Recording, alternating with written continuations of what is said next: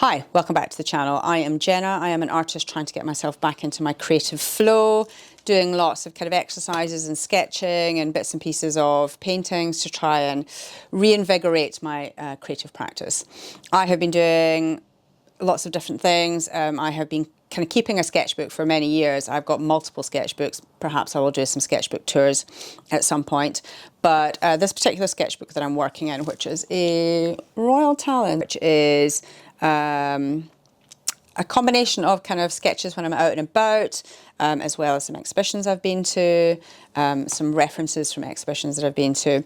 But predominantly what I'm trying to use it for at the moment is sketching cats and plants, because that is the kind of subject matter that I want to be doing paintings from. So in order to get my hand back into the practice, I have been sketching my own cats. I've been sketching friends' cats. I was down in Bath recently and looked after some cats down there. So I've sketched those, as well as cats that I look after as part of my little business, which I run, which is a cat sitting business. So I've got quite a lot of different cats to kind of have as references. We're going to kind of go through my sketchbook and kind of have a look at things that I have sketched thus far.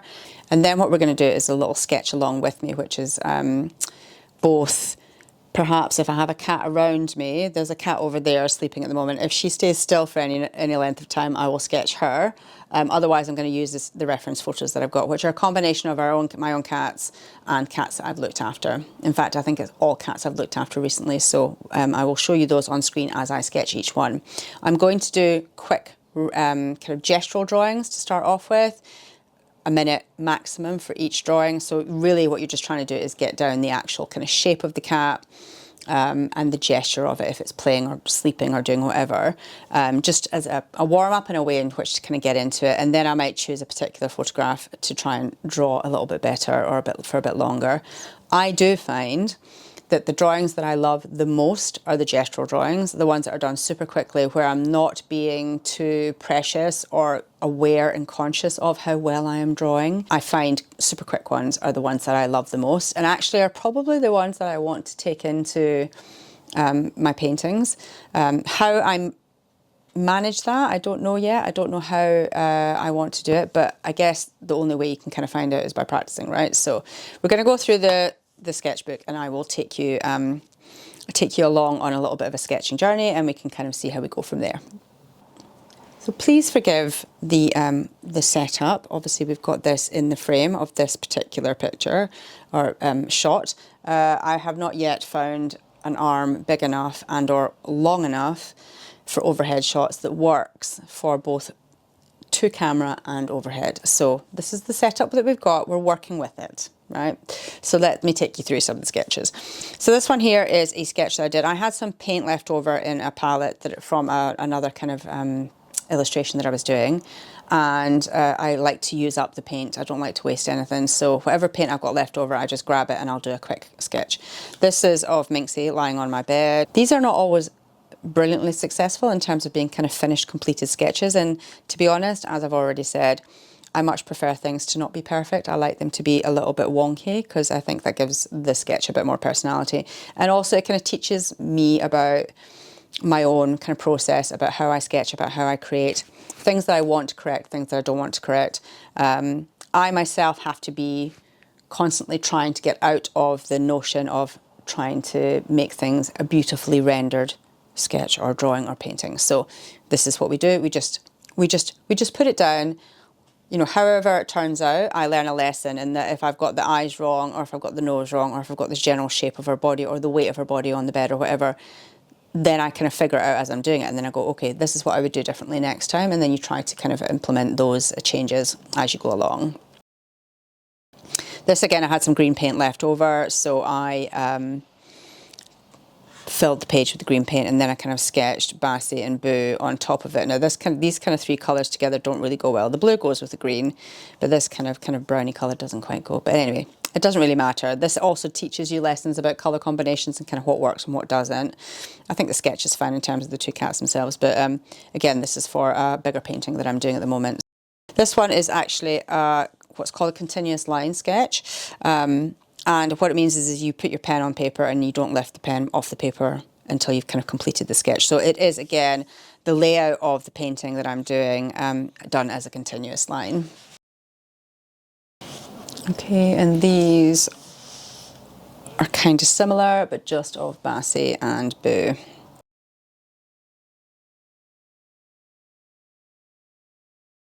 This is kind of using Caran d'Ache Neo colours, which are kind of water soluble kind of wax crayons. I didn't actually dilute them with water, I just used them as they were, because I kind of like the texture of them. They kind of feel a little bit kind of like oil pastels, without the kind of the oiliness, and having to kind of cure them essentially with fixative. So these are, again, the kind of Minxie, Bass and Boo, Minxie, Bass and Boo, and just using different kind of colour combinations and things that I wanted to kind of just experiment with, which, you know, got to love a little bit of colour. I do enjoy having colour in my sketchbook. I try to incorporate it as much as I can. As much as I love working with pen and ink, in fact, you know, working with a kind of fine liner, a black fine liner is my favourite tool to sketch with, but I do like to kind of include some colour as well. When we go on to me doing some gestural sketches, I'm going to be using a couple of different colour pencils as well. So yeah, that's what I enjoy. Again, Minxie, Bass and Boo, just kind of experimenting with kind of blocks of colour and kind of positioning, and super quick gestural sketches of the cats themselves, just to see how they turn out. These next couple of pages are of different exhibitions I've been to and different sketches, but we'll move on to kind of actually looking at the cat sketches for now. I will do a full sketchbook tour of this sketchbook once it's complete, but that's a mug in my friend's house, and this is me sitting on the stairs kind of trying to capture the room and Lolly that was sitting on the bed. You know, again, you can kind of tell it's a cat. It's not great, but you know, it's there. It's there. This is of Mousy on his tree. I'll just turn it around for you. Now again, you know, it's wonky. His eyes are wonky. His head is wonky. Everything's a little bit wonky. But you still get the gist of the fact that this is a cat sitting on a cat tree, and that's fine for me. I really like the paw. I like the way that the paw is kind of rendered. I always like the ears. He's got very expressive ears. He's a funny boy, a bit like bunny ears, a bit like our Boo, who's got bunny ears as well. And I kind of like the shape of the back of his kind of body as well. It's kind of hilarious. Again, wonky sketches, they work for me. I enjoy them.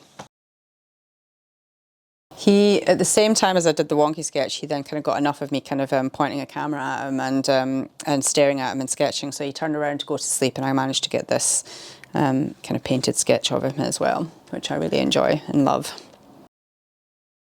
So my friend Caroline sent me a picture of her her ginger boy Clyde sitting on her lap. So she's kind of sitting, that's her knees, and he's sitting beautifully in her lap.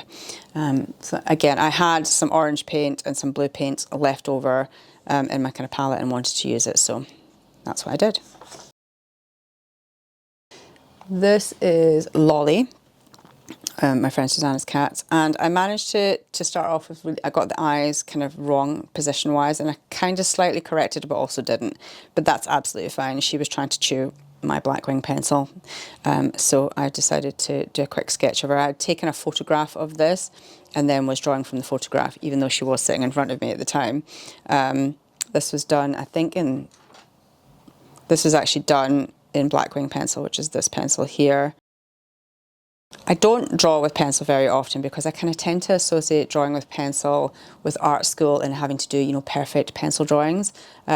As I said, I prefer to draw with colour pencil or with paint or with black marker. That's my preferred thing. But I had bought some pencils, and so I wanted to kind of try them out. I've got this pencil and I've got a pastel pencil, a black pastel pencil that I wanted to use. So that's Lolly. So just recently I was house sitting a little cat called Risha, and she is 26 years old, would you believe? She's a very old lady and she needs a lot of care and attention. So as I was kind of looking after her, and because she kind of sleeps a lot and she chills out a lot, that was a perfect opportunity for me to get my sketchbook out and for me to kind of just do some sketches of her. So I did some gestural ones. These are kind of like a minute each, just to kind of get the gesture of how she was sleeping or laying down. Right, so this again was 1 minute. So she's like lying on like a little pad outside. And this is a kind of a 2 minute one.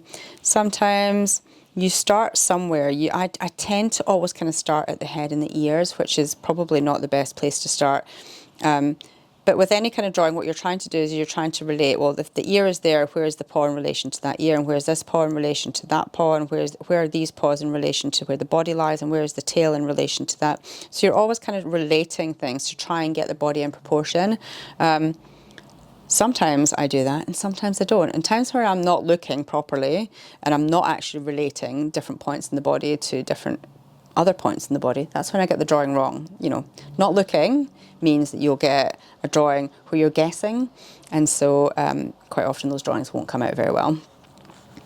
So this is one that I really enjoyed, and I spent a lot longer on this. I probably spent about 10 or 15 minutes on this one, and it is done in fine liner pen, so it's done in this pen. I don't know if you'll be able to see that. Don't know if that will actually focus. It's the Uniball fine liner. It's water and fade proof, and this is 0.4. I tend to use 0.4, 0.5 or 0.3. Those are the three nibs that I like to use when I'm sketching with black fine liner. But again, with this, one of the things that I was kind of learning with this is that you can denote and kind of create a sense of the fur without fully colouring in the body and the shape. And this is again something that I'm learning about drawing fur and painting fur, is how you can kind of get the sense of the fur without adding too much detail. You know, just a hint of how the fur lies in terms of kind of the shape of it will give you a sense of how the body is also shaped. So these are all lessons learned, and this I kind of started to kind of do a little bit here and quite enjoyed this particular drawing.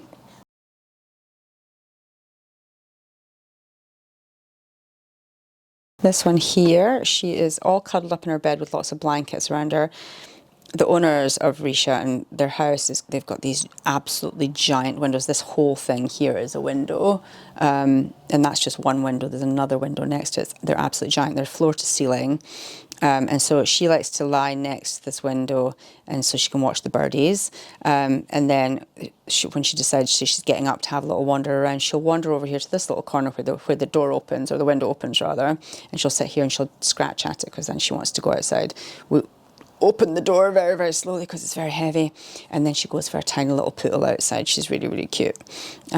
She's very old. She's 26, so she's a bit rickety on the old back legs, but she still enjoys a little wander outside, so we always allow that when I look after her. This sketch in particular was done with the pastel pencil. So the Derwent pastel pencil in Seal, and it's nice and soft, so you do have to spray it with fixative when you're finished. I haven't sprayed this one, I don't think, or maybe I have, I'm not sure if I have yet. And this was a super quick one. I think this is probably only about a minute. I'm just going to write 1 minute there so that we know that that's a minute, and it was just done with a marker actually, I think. I just super quickly did it because she moved, which cats do. They just settle down for a nice little sleep, and you think, excellent, I'm gonna sketch them because they're sleeping peacefully and they're not going to move. And then within 30 seconds or a minute of you even starting, they have moved. This was of Boo snoozing on the chair in the garden. I was kind of at a weird angle, and I was trying to get his head shape and his ear shape and his body shape, but couldn't quite get it. Again, trying to relate to where his kind of hip bone sticks out in relation to his eye and to his nose and to his ears, and with the position of the cushions and the blanket. All difficult, but I didn't quite manage it. And then I tried to recreate it over here, but he moved, so, you know, didn't get to do it. And these are super quick because, again, he was staring at a bird and then he moved and he turned around because the bird moved, so I was just getting the back of his head. So I was just, again, trying to just super quickly get these kind of gesture drawings. And then these are quite quick drawings of Minxie when she was sleeping that I did yesterday. So that's kind of it for the cat drawing. Okay, so I've got my little Pomodoro timer, which I'm going to set for, let's do a minute. What am I going to do? I'm going to set my Pomodoro for a minute at a time, I think. Okay, let's go. Right, so we got eye, nose, little chin. We got a big mane. He's got a big mane. We got two little pauses. Two little pauses. We got a body, and we got an extremely fluffy tail. He's got a big tail. Right, so where are his ears? Where are his eyes there? His ears are there because his other ears are because we've got a hand petting him. Oh, I'm not very good with hands, I'm afraid. That's supposed to be a hand petting him. Let's do some eyes. This is his little nosy, little chin. Oh, he's cute, baby. He's got some thingies. His ear's kind of in a weird position. Where's his face? There's his face. Oh, he's got very fluffy. Oh, there we go. Right. Okay, we know the alarm's going off. Stop now. Stop. Stop. Oh my God, that's annoying. Okay, we're gonna use a blue pastel pencil for this next kitty. And this is going to be also another minute. Pomodoro, let's go. Right. So we've got so the tail comes around like that, and then the leggy comes out like that, and then another leggy is there, and then we've got a body, and then we've got the body goes around like that, and then we've got some paws that go like that, and then up like that, and then there's another paw there, and then we've got that bit there, and then we've got eyes. This is going to be hilarious. Do that, and then we've got an ear, and then we've got another ear, and then we've got a little face. Her nose is there. She's got big eyes. Oh, probably the thing about the chin is that I always get it wrong because I always think that the mouth is further up on the face than it actually is. The mouth is actually really far down on the face. It's kind of like this. She's got a little bit of a pooch, this one. And then we've got a leg coming over here. Oh, right, there we go. We're done. Okay. Nope. Shush. While it's still beeping, I'm just going to finish off this gesture because I want to get her tail in. And her tail kind of comes around like that, actually. And her body comes around like that. There we go. Okay, so with this particular pose, because there's kind of quite a bit of foreshortening, inevitably you're going to get this kind of thing happen where you get like a tiny head and a big body. Foreshortening is difficult. It's always going to be a difficult thing. It takes real practice and consideration to get the kind of foreshortening right. But that's what this sketching is about. We're doing some practice. Okay, let's choose a different cat. Same cat, but she's kind of sat at the window. So we'll do blue again. And this time it's going to be we're going to do another minute. Okay, so let's get the window in this time. So we're going to do, we've got the window there, and then we've got the cat. So where does she sit in proportion to the window? So she comes in like that, and it's getting the shape right, and then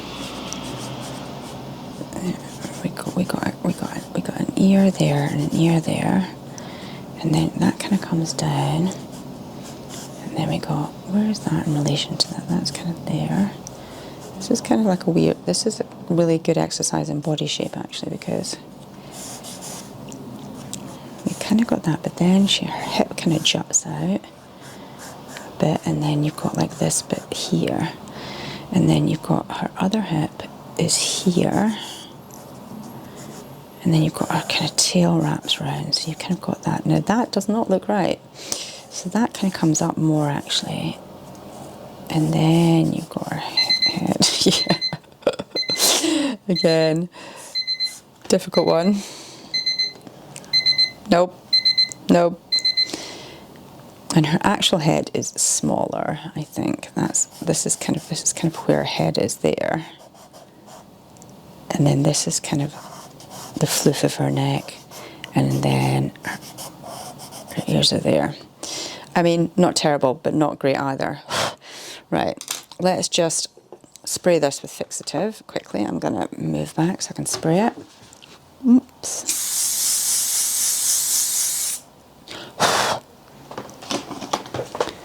Just chucking everything around here. Right, come on, dry, dry, dry. Dry, dry, dry. There we go, dry down.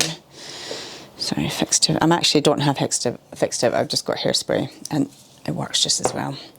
Fixative is really very expensive. Super expensive stuff. And, you know, if I was doing like a beautiful, completed, finished drawing, then I would buy some fixative. But for these just in my sketchbook, I'm happy just to use hairspray. And like I said, it does work. It takes the majority of the kind of rubbing and kind of powder of pastel pencils or pencils generally. It takes the powder off, and then you manage to save the drawings from each other. Right, now, this is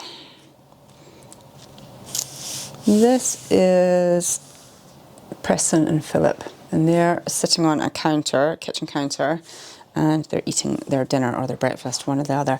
I think what I'm going to do is I'm going to give myself a couple of more minutes. I'm going to give myself 5 minutes for this. I'm going to do it in pen, and I'm going to get more of the actual scene in so you can kind of get a sense of where they are. So this next picture is Preston and Philip. They're eating their breakfast on the kitchen countertop, which, you know, some owners do allow. So I want to try and get more of a scene in for them. So I'm probably going to give myself 5 minutes instead of 1 minute, just to, again, I'm going to try and be as gestural as I possibly can so that I'm not getting too pernickety with details. I'm going to get their basic shapes down, and then we'll kind of fill in the scene as we go around. I'm going to do it in black liner for this one. Right, so let's give myself 5 minutes on the Pomodoro timer, and let's try this. Okay, here we go. Right, so let's get the shape. So that is the countertop, and there are 2 stools, which we don't really care about at the moment. And then we've got like a little tail coming down over like that, and then the kind of tail spreads out because the tail does thicken at the base of the tail. So the tail spreads out like that, and then it kind of goes like that. So you've got the kind of haunches of the cat there, and then from the tail we've got like a big, these are the thighs, so it's kind of a hip bone there and a hip bone there that comes round, and then from there you just kind of see the top of the cat. You don't really see its head, you don't even see any actual you don't actually see any ears either. It's pretty funny. So that looks like a chicken. There we go. That just tells you what you need to know about my drawing skills. Okay, then we've got another tail that kind of comes around like that, and again goes to a thicker base. And we've got a thicker base because he's kind of sitting right next to his brother. And again, we've got the kind of haunches. And then similarly, we have got a hip bone that comes around like that. And that kind of hip bone is also kind of there.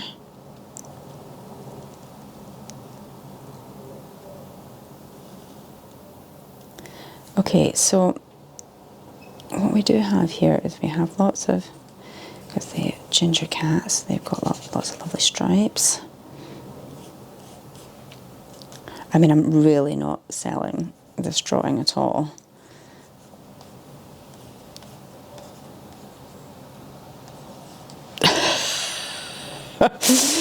Oh my god. How do you know these are cats? Well, they've got tails, I guess.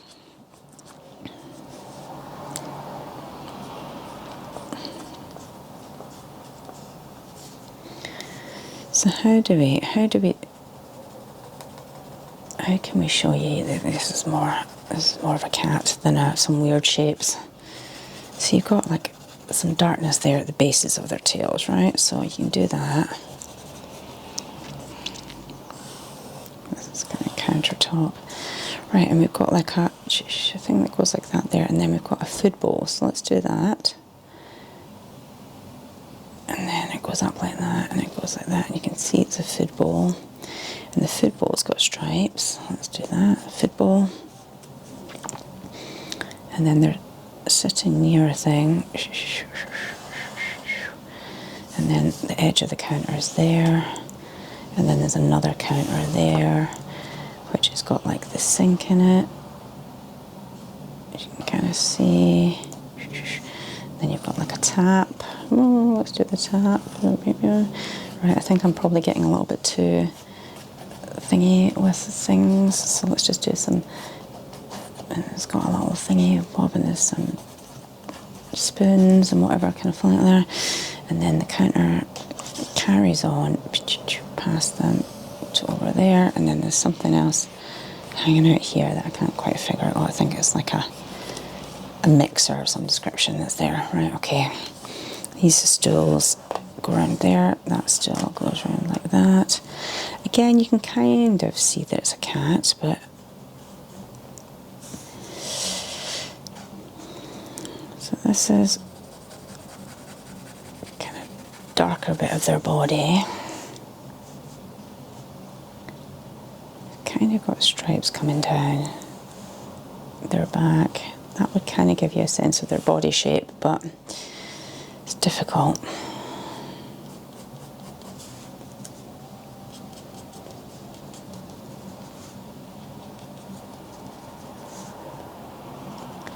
Again, I guess the body gets darker there, as it does here. So you've got some pattern here that can kind of show the crease.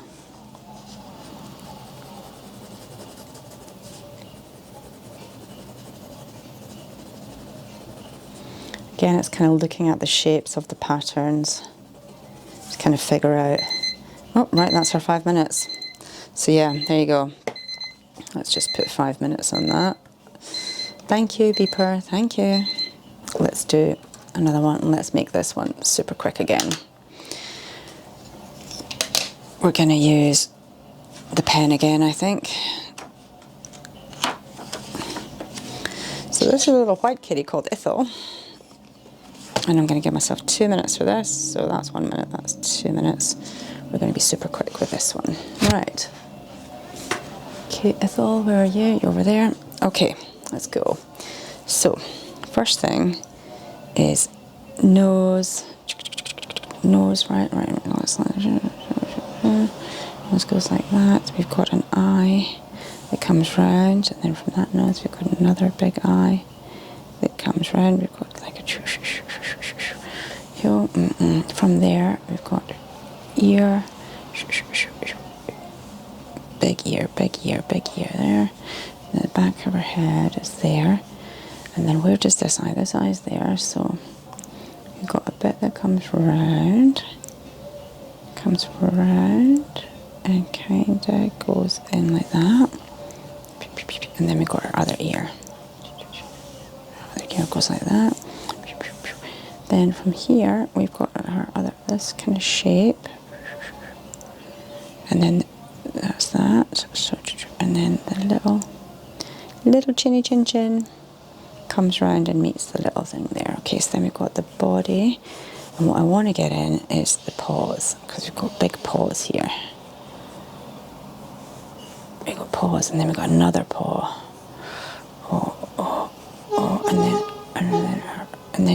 And then we've got like a lovely cute like fold that kind of comes in here. And then that's where our body's resting. And then we've got like some kind of bits that are coming around here. And then that's the back of her head. So again, we got dark and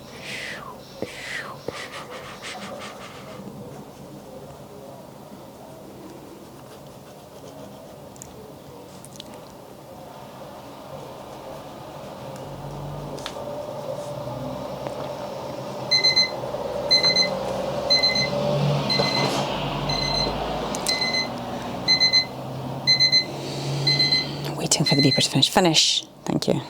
There we go. Right, so that's Ethel. So it's a different day, and I kind of finished up rather quickly with the drawings. I was intending to do a few more kind of on camera. However, a friend of mine is staying, and I kind of realised that I needed to kind of spend some time with her rather than kind of being cooped up in my room doing kind of drawings all day. So we're going to finish off here. I really enjoyed this session. I enjoyed kind of taking you through the sketches that I had done already, as well as actually the kind of sketch along with me. I think I will probably do these kind of exercises a little bit more, certainly for myself anyway, off camera, but I think I will continue to do them on camera as a way in which to kind of show you my process and kind of show you how I'm sketching things, how my kind of sketching is getting better, if it does indeed get better, and kind of where I want to take those sketches in terms of paintings or bigger works. So all in all, a good exercise. I really enjoyed it, and I hope you enjoyed it too. Thank you so much for watching. I really appreciate your time and your attention. I hope that wherever you are, you're also having a creative week, and I'm going to see you next time.